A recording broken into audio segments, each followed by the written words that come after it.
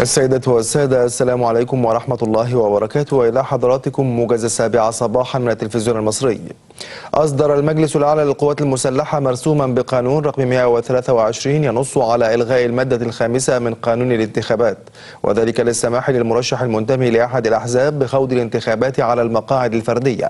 كما أصدر المجلس مرسوما بقانون رقم 124 الخاص بتعديل بعض أحكام القانون رقم 73 الخاص بتنظيم مباشرة الحقوق السياسية.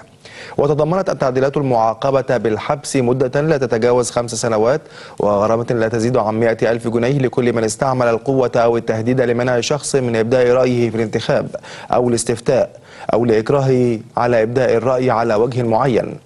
كل من أعطى آخر أو عارض أو التزم بأن يعطيه فائدة لنفسه أو لغيره لكي يحمله على الامتناع عن إبداء الرأي أو إبدائه على وجه معين. كل من نشر أو أذاع أقوالا أو أخبارا كاذبة بشأن الانتخاب أو عن سلوك أحد المرشحين بقصد التأثير في نتيجة الانتخاب، فإذا أذيعت تلك الأقوال أو الأفعال ضوعفت الغرامة. كما حظرت التعديلات الدعاية الانتخابية القائمة على استخدام الشعارات الدينية أو على أساس التفرقة بسبب الجنس أو الأصل. يباشر القضاء العسكري إجراء استدعاء 3 أشخاص للتحقيق معهم بتهمة الإساءة للقوات المسلحة. وأفاد مصدر في هيئة القضاء العسكري بأن رئيس الهيئة تلقى بلاغات من عسكريين لتضررهم من ألفاظ بذيئة صدرت عن كل من أسماء محفوظ ونور أيمن نور وأحمد عزام ضد القوات المسلحة، وذلك أثناء وجودهم أمام المحكمة العسكرية يوم الثلاثاء الماضي. تستأنف محكمة جنايات القاهرة اليوم سماع شهود النفي في قضية موقعة الجمل المتهم فيها صفوة الشريف الأمين العام للحزب الوطني المنحل وفتحي سرور رئيس مجلس الشعب السابق و23 متهما آخرون. وخلال جلسة الأمس طالب المدعون بالحق المدني بإدخال كل من علاء وجمال مبارك واللواء عمر سليمان نائب رئيس الجمهورية السابق واللواء محمود وجدي وزير الداخلية الأسبق في القضية. خلال أول زيارة يقوم بها إلى الخرطوم منذ إعلان قيام دولة جنوب السودان، أعلن الرئيس سلفا كير ونظيره السوداني عمر البشير أن جوبا والخرطوم ستحلان خلافاتهما عبر الحوار. وأعلن البشير أن ميناء بور سودان المطل على البحر الأحمر سيظل مفتوحا أمام صادرات جنوب السودان، وذلك على الرغم من إخفاق البلدين حتى الآن في الاتفاق على كيفية اقتسام إيرادات النفط وتقسيم الديون والتوصل لاتفاق بشأن منطقة أبيي المتنازع عليها.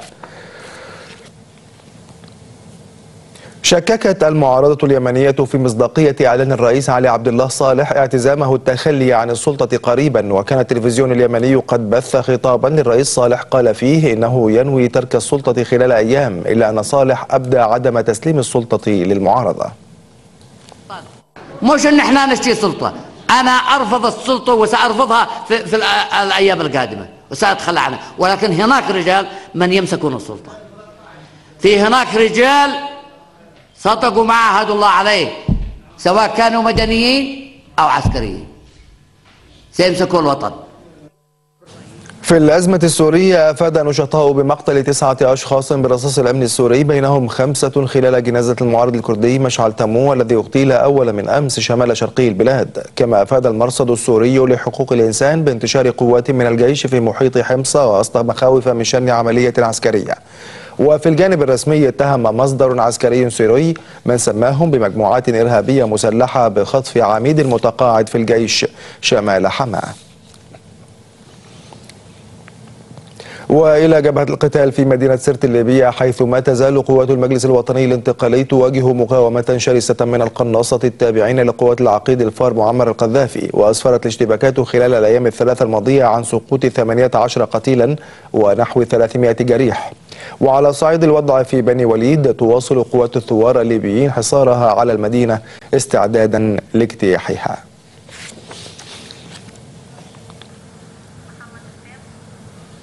السيدات والسادة، من التلفزيون المصري قدمنا لحضراتكم موجز 7 صباحا. شكرا لكم والسلام عليكم ورحمة الله وبركاته.